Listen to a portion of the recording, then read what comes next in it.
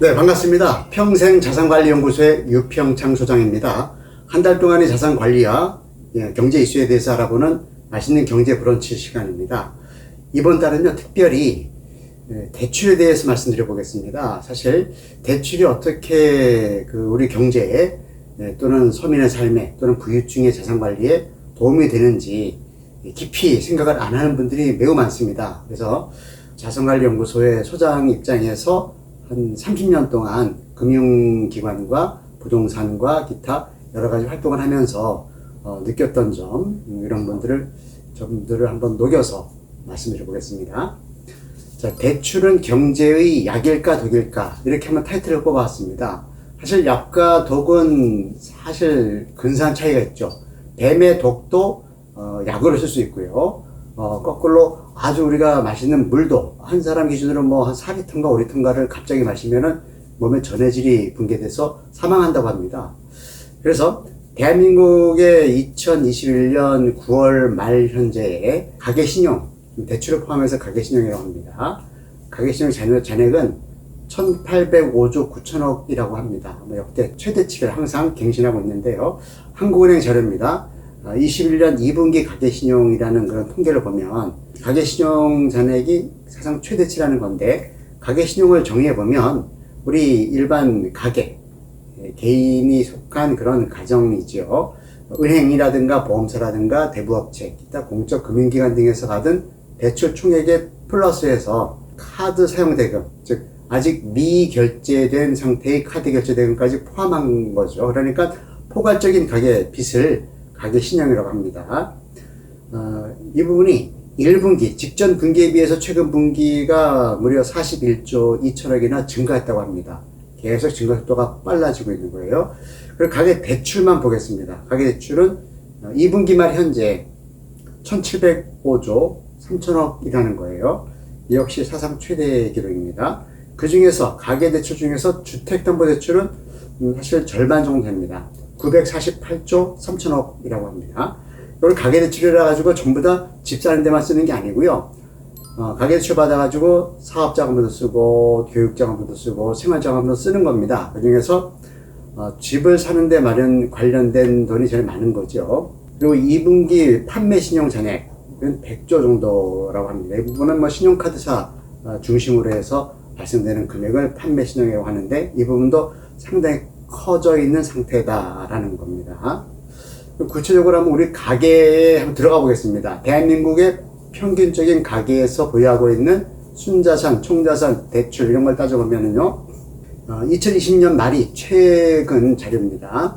가구원 수는 3명이랍니다. 3명. 그리고 가구주 연령은 56세라고 하죠. 그리고 소득은요, 한 가구에서 벌어들이는 총소득입니다. 만약에 맞벌이 한다, 뭐 자녀가 취업했다면 다 합친 거죠. 5,924만 원이라고 합니다. 1년간 2020년도에. 그리고 자산은요, 총자산이 4억 4,543만 원이라고 합니다. 거기에 대출이 8,256만 원이 있어서 순자산을 따져보면 3억 6,287만 원이라고 합니다. 평균입니다, 대한민국에. 그런데요, 중간 자산은요, 훨씬 낮아요. 2억 초반에 머물러 있습니다. 사실 평균이라는 개념은요, 중상 정도에서 형성이 되거든요. 왜냐하면 재벌들도 있고 부자들도 많고 억대연봉자도 많지 않습니까? 이런 분들이 이 평균을 끌어올립니다. 그래서 중간 딱 뭐 잘 살지도 못하고 못 살지도 못하는 중간에 있는 가계에서는 순자산이 2억대 한 초반에 머물러 있다라는 것을 참고로 알아두시면 좋겠습니다. 그런데 대출이 있는 가계만 따로 떼서 보면은요, 대출 있는 가계는 총자산이 더 큽니다. 대출을 활용했기 때문에 그렇죠. 그래서 총자산이 5억 4천 정도가 되고, 가계부채가 대출이 한 1억 3천 정도 된다고 합니다. 그래서 대출이 있는 가계가 오히려 순자산이 4억 천입니다.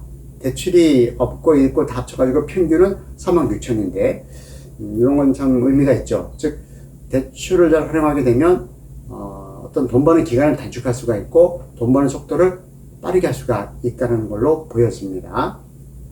가계대출 관련해서 신문기사 2가지를 한번 가져와 봤습니다. 2021년 10월 2일 기준으로 서울경제신문인데요. 이렇게 타이틀이 되어 있어요. 대출이 안 돼서 전셋집 계약을 파기했다는 겁니다. 그러면서 이게 정부 대책이냐 하고 분통을 터뜨렸다라고 라는 거고요. 시중은행의 전세대출 승인이 거부되어 가지고 전월세 매물 절벽 속에서도 또 대출도 안 되니까 수요자들이 패닉 상태에 이르렀다. 뭐 이런 그 기사가 났고요.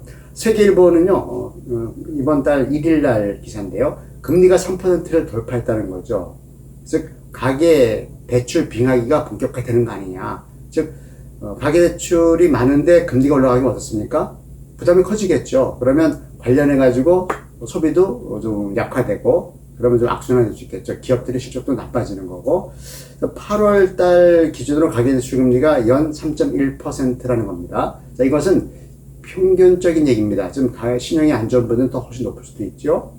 그래서 향후 금리 추가 상승이 이어질 것 같다. 그래서 카카오뱅크, 온라인 그 은행이죠. 여기에서도 연말까지 마통, 마이너스 통장 대출이죠.를 중단했다라는 겁니다.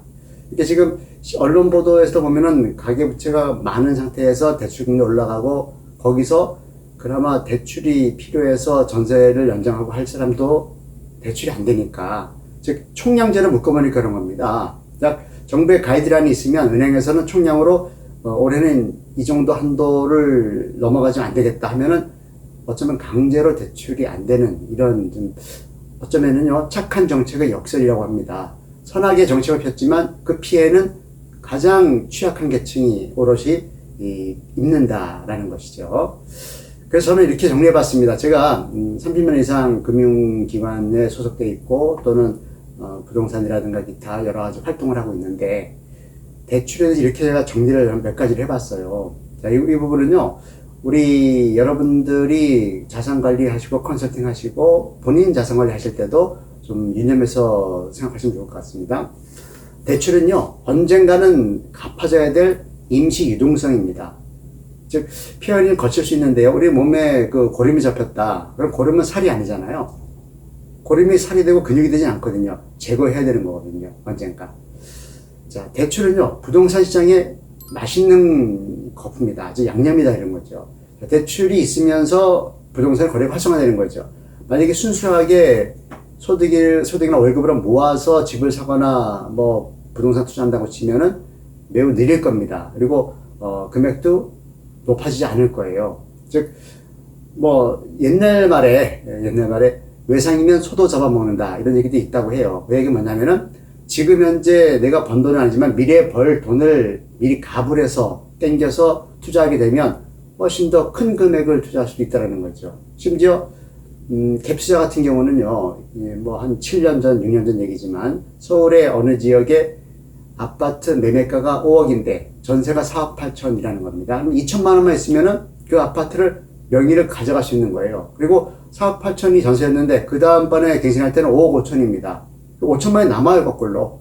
즉 자기 자금은 2천만 원 들어갔는데 5천만 원이 또 나온다는 거예요. 물론 그 돈은 빚입니다. 전세보증 빚이긴 하지만 이런 식으로 해서 큰 돈을 벌었던 경우도 있다는 겁니다. 그게 바로 전세보증금도 일종의 대출인 거죠. 미래 소득원을 바탕으로 해서 형성된 적정한 대출은요, 보약입니다. 보약.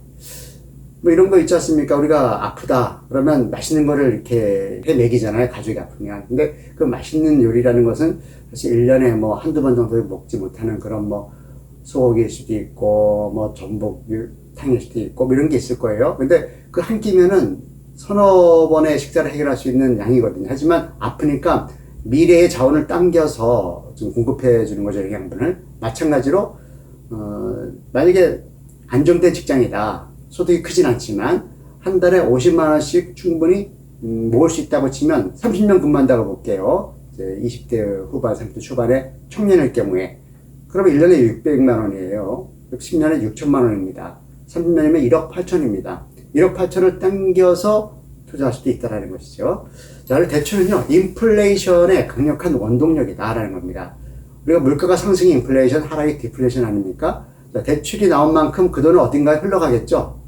그래서 그 부분이 흘러가면서 자산 가치가 올리게 되어 있어요. 왜냐하면 자산은 유한하고 질량 보존의 법칙이 적용되는 거 아닙니까?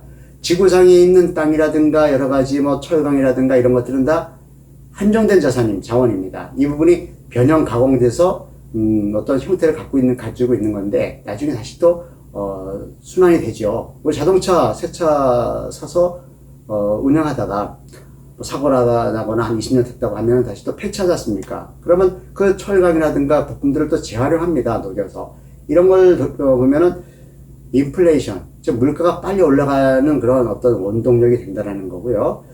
대출 원리금 그 상환에 대한 부담은요, 소비를 위축시켜 버려요. 그래서 사실 대출을 해줄 때, 받았을 때는 소비가 커지는데 갚을 때는 오히려 소비를 줄여야 되니까 그 관련 소비와 관련된 업종에 주가가 떨어지고 그 회사의 수익이 떨어지고 그 회사의 직원들이 월급을 적게 받거나 감원되거나 이런 일이 생길 수 있다는 것이죠.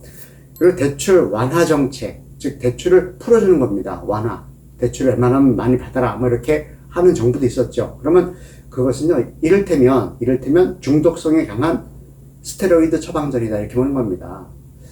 당장 달콤하죠. 대출이 있으니까 내 돈 같아요. 이거 만들 수 있죠. 하지만 갚을 날이 오고 갚을 때가 이제 오게 되면 그럼 어떻습니까?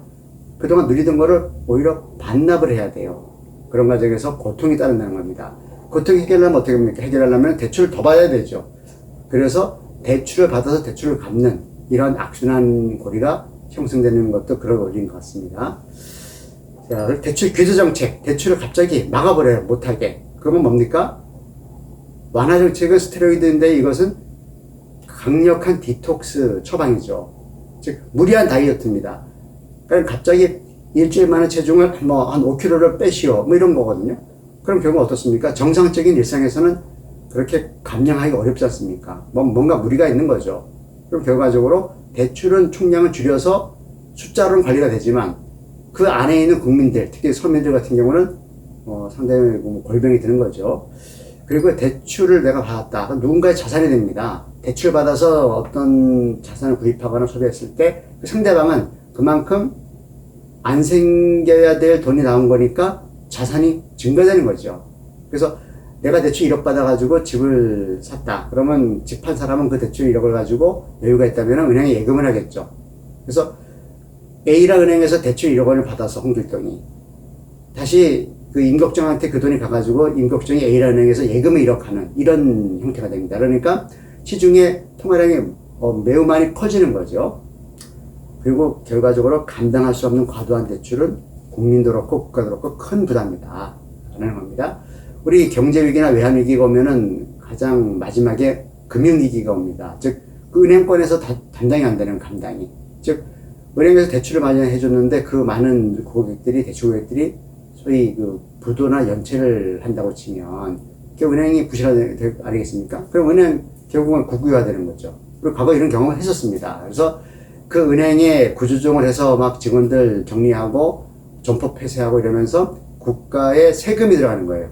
그럼 국유화 돼가지고 갱생의 길을 걷는 건데 사실 국가의 세금이라는 것은 국민의 부담인 거죠. 결국은 국민이 전체적인 그런 고통의 가장 큰 원인 중에 하나가 과도한 대출이다. 이렇게 정리해 보겠습니다.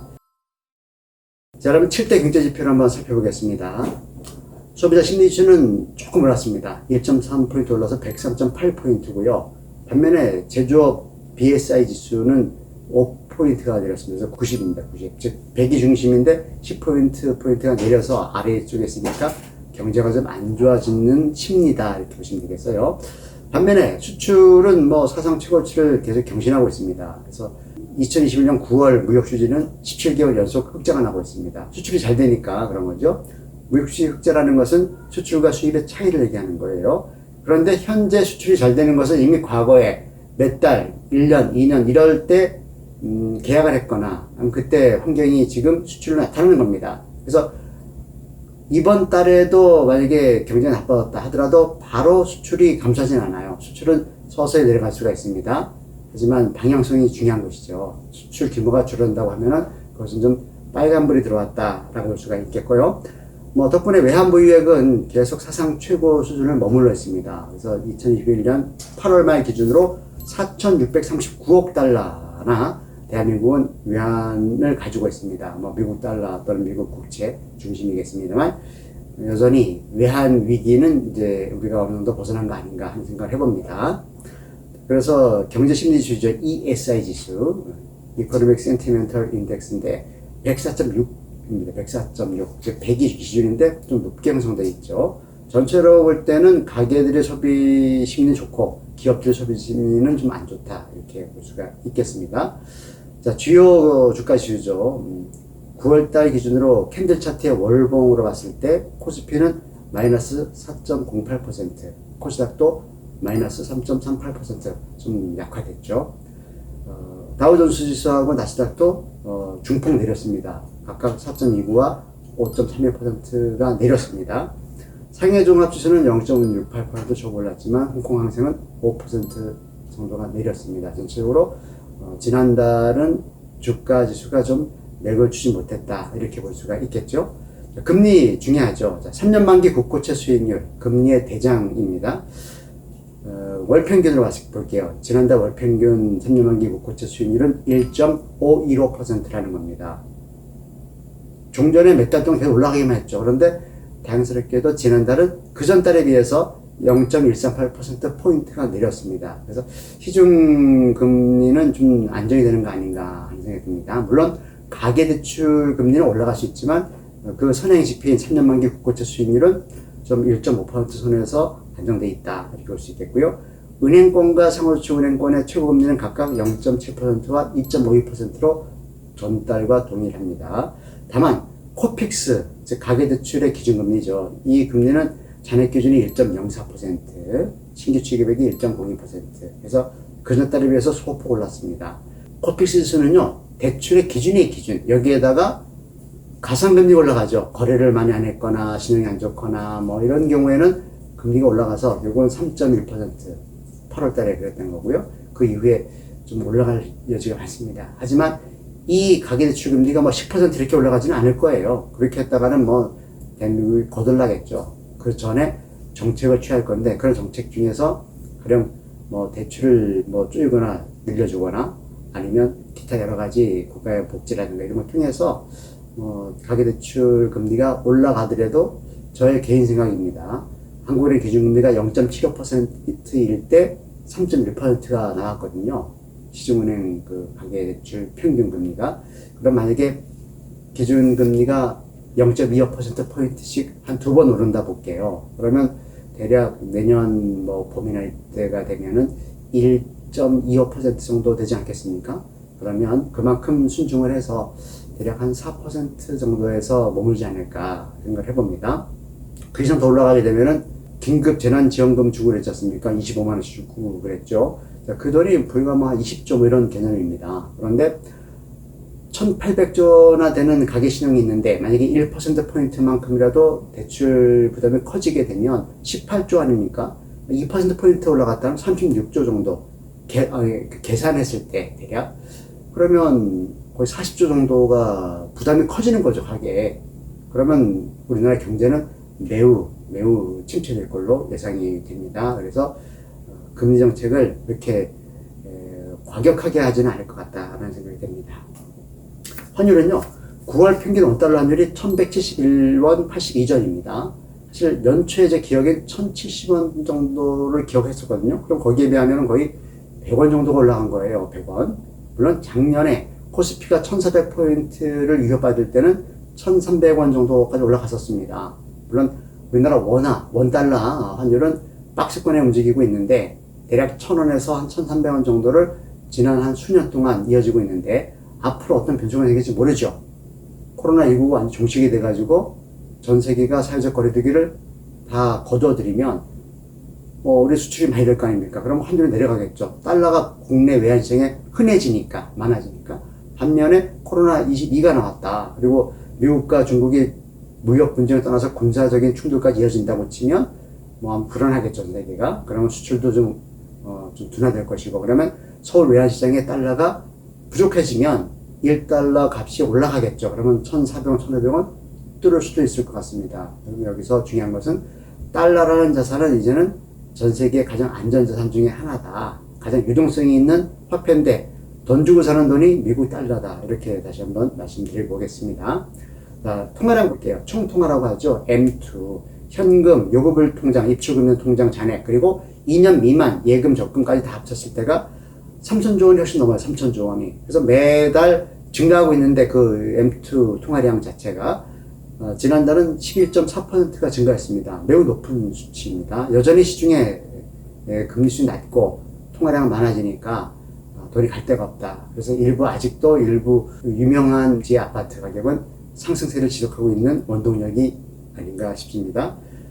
투자자 예탁금은 소폭 약세입니다. 9월 평균 68조 정도 됐고요. 코스피 주식거래 대금도 약세였는데 13조 한 8천억 정도 됐었습니다. 근데 주식의 펀드 잔액은 소폭 강세입니다. 그래서 85조 6천억 정도가 되었습니다. 자, 원자재 보겠습니다. 지금 원자재 값이 오르고 있습니다.